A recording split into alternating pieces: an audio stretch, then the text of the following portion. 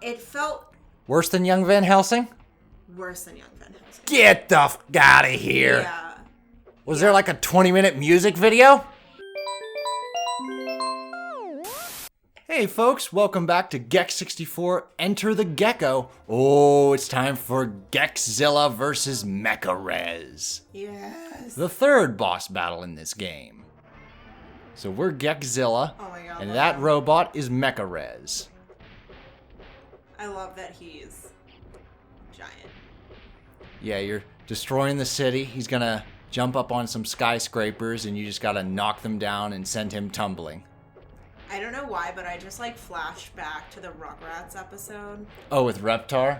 Yeah, well, I think it has Reptar in it. It's when like, I want to say it's Tommy having a dream. Okay. And they're all like giant babies running through the city. Oh. Okay. So like they're babies, but they look like Reptar? I think I remember that because they look like the dinosaurs. They look like the dinosaurs. And yeah, like it's not just giant babies, it's like giant baby dinosaurs. Yeah. I just like had a weird, like nostalgic flashback to that episode of Rugrats. I have a Nintendo 64 game called like Rugrats Scavenger Hunt. Yes. And there's a board where you play as the babies as dinosaurs. Oh, yes. Called Reptar's Candy World. It is like baby's first Mario Party, even though, if you want me to be honest, baby's first Mario Party should just be Mario Party. Yeah. The official idea. Yeah. I mean, it's simple enough, but they were trying to cash in on the Mario Party thing. Well, and I mean, my parents are just like, they like Rugrats, cha-chink. yeah, there you go. That's how my parents operated. They'd be like, Toy Story. They like Toy Story. Toy Story video game. Here you go.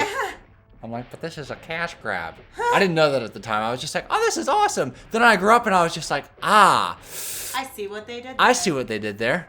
It was a cash grab.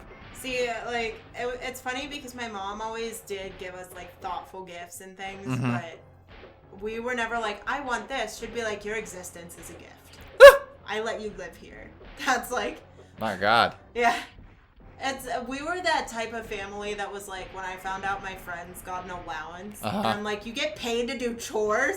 They're like, yeah, don't you get like an allowance? I'm like, no, I'm allowed to live there. Like, I do my chores and I get to stay. Like, Otherwise, I end up on the streets. nah, I don't think it would ever came to that. Well, that's good. No, my mom loves us. But it was funny because we didn't. Crap, I have, hit like, his that. jetpack.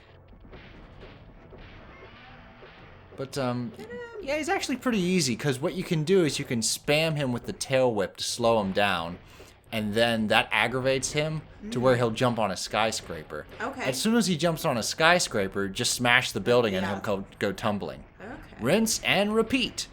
Just stay away from his jetpack. His little Mandalorian pack. Yeah. Okay.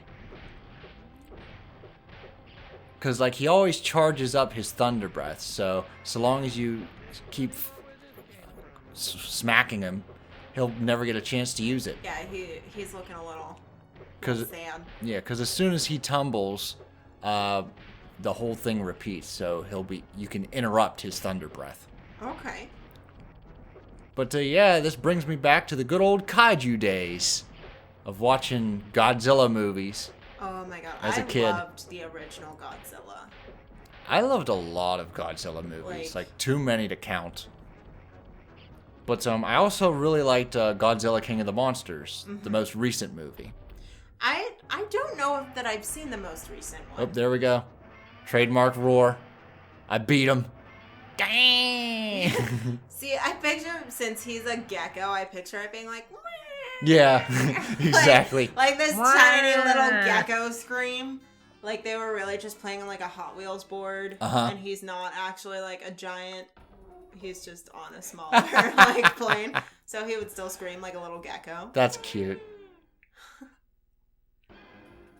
So you were saying about Godzilla? Yeah, so I think I've mentioned it in some of our earlier videos that we were like really late on getting cable and internet. So like if I wanted to watch like a cable TV show or go online. Yeah, go on a tangent because I hate this minigame. Yeah, well I would go on like my over to my grandma's house or down the street to my Aunt Tracy's house, and you know that's where we would like watch TV or use the internet or You know, if we needed internet for school, the library. Mm-hmm.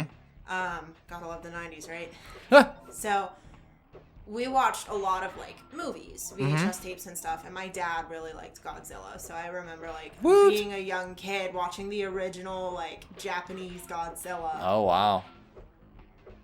I had no clue what was going on, but I really liked the costume. The black and white one, or just like a lot of them? One. Okay, the black and white one. like the original giant puppet. That's one of the best ones. Yeah. So I remember watching it with subtitles. Mm-hmm. But I also remember like my dad getting excited when he got the version in English. Okay. So I got to experience the world's worst dubbing. Yeah. At its finest. Yeah, that's a weird movie. But it's good. It was a really good movie. Oh yeah, I love the original Godzilla. I like most Godzilla movies. There's a couple where like it gets funky like any other thing. Yeah. And then of course there's the elephant in the room, or Godzilla in the building. Godzilla 1998 movie with Matthew Broderick. That one's not that good. The one they did in 2014 with Bryan Cranston is a little better, but it kind of like falls off halfway through, where I'm just like, this is kind of boring. The one character I was interested in, you kind of just like left them, yoinked out. Yeah. It's like, okay. Again, I'm not as. God, come on! I only got 10 left. 6 seconds. Yeah, you're not gonna make it. Well, thank you for the faith. Yeah, it's. If I was a religion, you'd be an atheist. It's not a lack of faith. It's a realism going on there. All right, let me try it again and continue your tangent.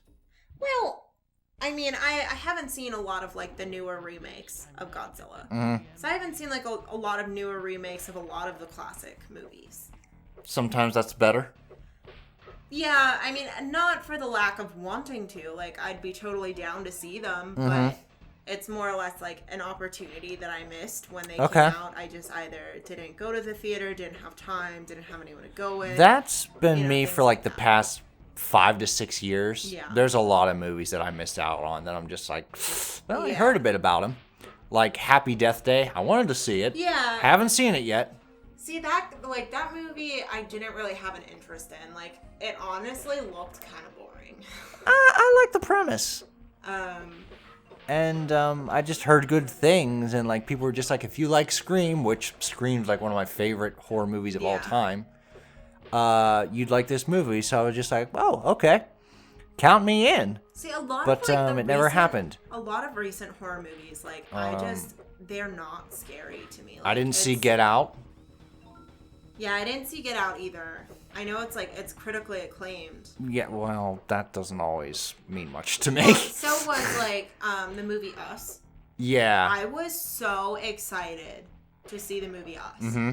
And I like collected a couple friends from work that also wanted to see it, and like we went and we saw Us. And right. It was one of the worst movies I think I've ever seen. Whoa. Yeah. That's a bit much. No, I'm not even kidding. It was way too long. It was like it felt worse than Young Van Helsing? Worse than Young Van Helsing. Get the f out of here. Yeah. Was there like a 20-minute music video? No, but you sat in the beginning of the movie and they zoomed in on a rabbit for, I'm not even kidding, 15 minutes. Uh-huh. Like just a slow zoom in onto like a rabbit and like this section of cages of rabbits. All right, son of a bitch. Like, well, this is annoying. I think the part that was the most annoying about movie, you can do it, I have faith in you. Thank you. Not that's what I need. A little bit of faith. A little bit of faith. I think the thing that was most annoying about that movie is it could have been so good. Uh-huh. And it could have been really scary, but they followed up every single scary moment with something funny. So, and it just, to me, it made it feel longer. Mm-hmm. And they took everything scary. It's supposed to be a horror film, and they took all the horror out of it. So, like, there's a part, and it doesn't give away much, but there's a part where a character is, like, the bad guy, and the woman is dying, and she's like, he reaches down like he's gonna help her, and she goes to take his hand, and he like 1980s style like pulls his hand away and like swoops his hair. Oh. And it's just like, that could have been like a cool moment, and you had to like do something stupid. So, or like another bad guy that's like literally axe murdering everyone. Right. And he falls and he goes, like, he makes the dumbest noise. Oh, okay. Like, that kind of stuff. It just felt so long. It felt so long. Like Bly Manor long? Yeah. Like Bly Manor just, it's pretty similar to why we don't like Bly Manor. Oh, is it? Yeah, like, it's the cinematography is beautiful. The acting is good. Like, the aesthetic is there, the story is there, and then just like... the pacing is abysmal. It's just like... Ugh. Okay. Like, it just wasn't... Yeah, I mean... It wasn't a good movie. People are mixed on Bly Manor, but some people really love it. Some people are just like, ain't for me. For me personally, I'm just like, well, I wasn't much of a horror fanatic to begin with. This did not change my mind. Well, that's the thing. Like, market it as a love story. If it's a love story, God, market I am it as so like, close. You can, 7. No, I gotta hit the fucking thing again. Market it as like a paranormal. Mother Hubbard. Mother Hubbard. All right, whizzes with this bonus. I'll do it some other time. Yeah. I can't do this anymore. Look at this. Look at this. I'm so upset. I'm molting. I'm molting. Let's go to another level. Ay, caramba. No, not that one. We already went to that one.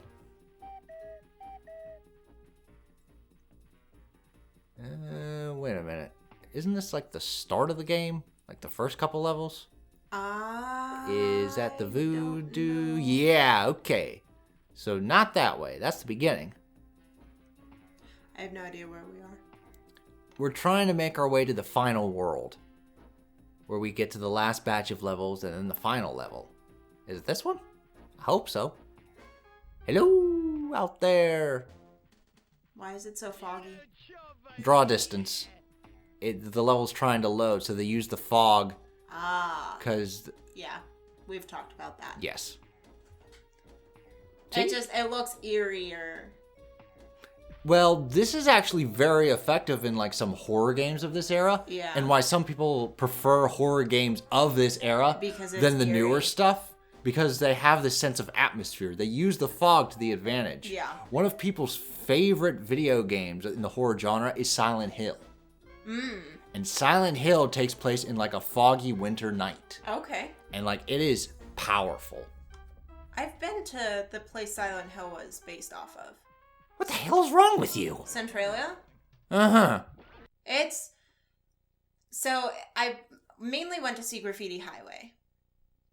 It's like the stretch of road that's been closed off. It exploded, so there's like a fire. I saw the fire, like walked up like there's still fire underneath the city. Don't So mind me, just kung fu fighting. Oh shit! Okay. Ledge is there. There we go. Come on, you can do it. But it's not as creepy as you'd think because they tore down most of the wreckage. Okay. So it's like... You little prick. So you go, and people still live there. There are still residents. There's like, I think 5 or 6 people that still live. So what? People still live in Maine, and how many Stephen King novels are in that area? But that's not like real stuff that's happened. Like... Well, neither Silent Hill. Silent Hill is not, but what it's based off of actually happened. That town exploded. The radiation levels are still extremely high.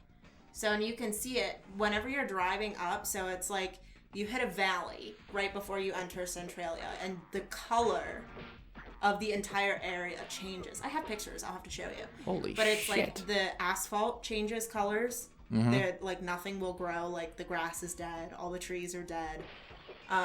Like nothing can grow there. And then it's also, if they have like radiation detection markers everywhere. So like for tourists that do come to see it, if it's like an orange or red level, like you're not allowed to be there. Because radiation is too high. Oh my god. Yeah, so like it actually happened, and it's still a rather dangerous place to go. Wow. But it is really cool, and I kind of just really wanted to see it. I was disappointed when I showed up and like found out all of like the wreckage was torn down and like Okay. mowed over and stuff. But I understand because people do still live there. Right. Like, they do still have homes there. Wow. How about that? Yeah. So we talked to like one of the local people that live there and asked like, okay, you live here. Okay, but... my bounce isn't really working here for some reason. Oh, bouncy. But like, for them, if radiation levels get too high, they just don't leave their homes because they have air filters. Oh, in their okay. houses. All right. I bounced and I didn't launch that high, so... Oh, okay. We'll go this way. Crawl on the walls. I don't remember this level that much. Okay, that looks dangerous. Ooh. That was cool, though. Oh, ninja. Yeah. And I only got one hit left. Come on, get out of here. Go on, get. Scat. Scallywag. So wait. How do you know of Silent Hill? Do you just know of the history behind it, or? It was a movie. Oh, yeah, it was. I actually have never even seen the movie, but I did know the history of Centralia. Okay. Alrighty then. Because I'm a history nerd. Yeah. Well, Silent Hill is like a medium franchise. Like, I don't think it has as many titles as like Resident Evil. Right. But it does have a couple sequels, and I think it's still going. I could be wrong. You done died. But point being, at this era, like horror games were like. Definitely see how that would. Now modern horror games are more for like the jump scare and the like first person, turn the corner, blah. That was like a big thing in Call of Duty Zombies. Mm-hmm. The jump scares and.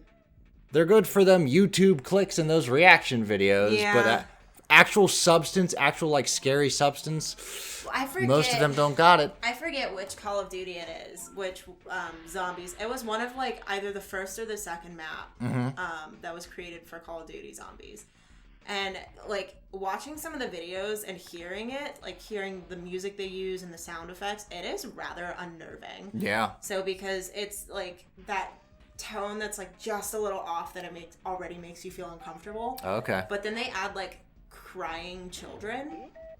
Oh. So there's like, but not just crying, they're like almost like whining in a way. Okay.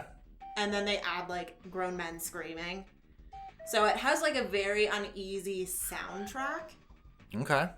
So it's they do have a couple jump scares, but it's mainly like that whole level of just feeling uneasy. And this is a Call of Duty game? Yeah, I think it's either the first or second I'm impressed. Call of Duty Zombies map.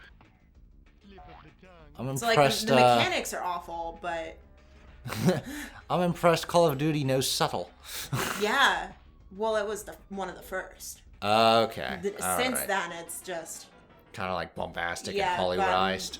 Well, the newest one for Cold War. Mm-hmm. You like go through a time warp. Sure, and you do. end up in like an alternate zombie universe where there are literally like neon colors. Like it's like a zombie game on acid. I wonder how I'd feel about that. I don't know. It hasn't really been received well. Okay. Call of Duties are kind of like up in the air anymore. Some people love them. Some people are just like, I'm tired of this shtick. Well, because they're doing all the same things, and it's like I write a lot of script work for Call of Duty. Yeah. And one of the biggest complaints that I've seen are like people are over World War II. Okay. They're tired of fighting Nazis. They're tired of the whole aspect of World War II. Right. Which is why they did essentially a sequel to the first Black Ops. Yeah. For Cold War. Yeah, like there are different wars to do, but also like, correct me if I'm wrong, some of the Call of Duties take place in some like fictional shit. Yeah. There's like aliens or something. I'm like, what the hell? I think that's more online. Is it? Yeah. Okay. Because GTA works the same way. Like, there's less campaign, less story modes and stuff online, and it's more like, hey, I want to go fuck some shit up. Okay. I'm gonna go play online. Okay. Whereas, like, if you get the game, you're more likely to go into a campaign or a story. Because I was like, back in my day, we shot Nazis and Russians. What's with these extraterrestrials? Yep. I don't know much. I haven't heard much about aliens, per se. I know I write the most on, like, zombies. The zombie modes. Like, I was looking at footage for, like, sea monster boss battles, and I was just like, yeah, I remember that one, and that one's cool. And then it's just like, from Call of Duty, I'm just like, sea monster as in, like, a code word for, like, a terrorist organization, or sea monster as in, and then I click the video, and I'll be like, I'll be a son of a bitch. The Navy just got a whole lot more interesting. I know, right? Like... How funny would that be to have a Call of Duty where it's like the Navy, you have to fight sea monsters? You're like stuck in World War II and there's like Nazis coming, but you're like, oh no, sea monsters. That'd be pretty cool. All right. See you guys next time. Toodles.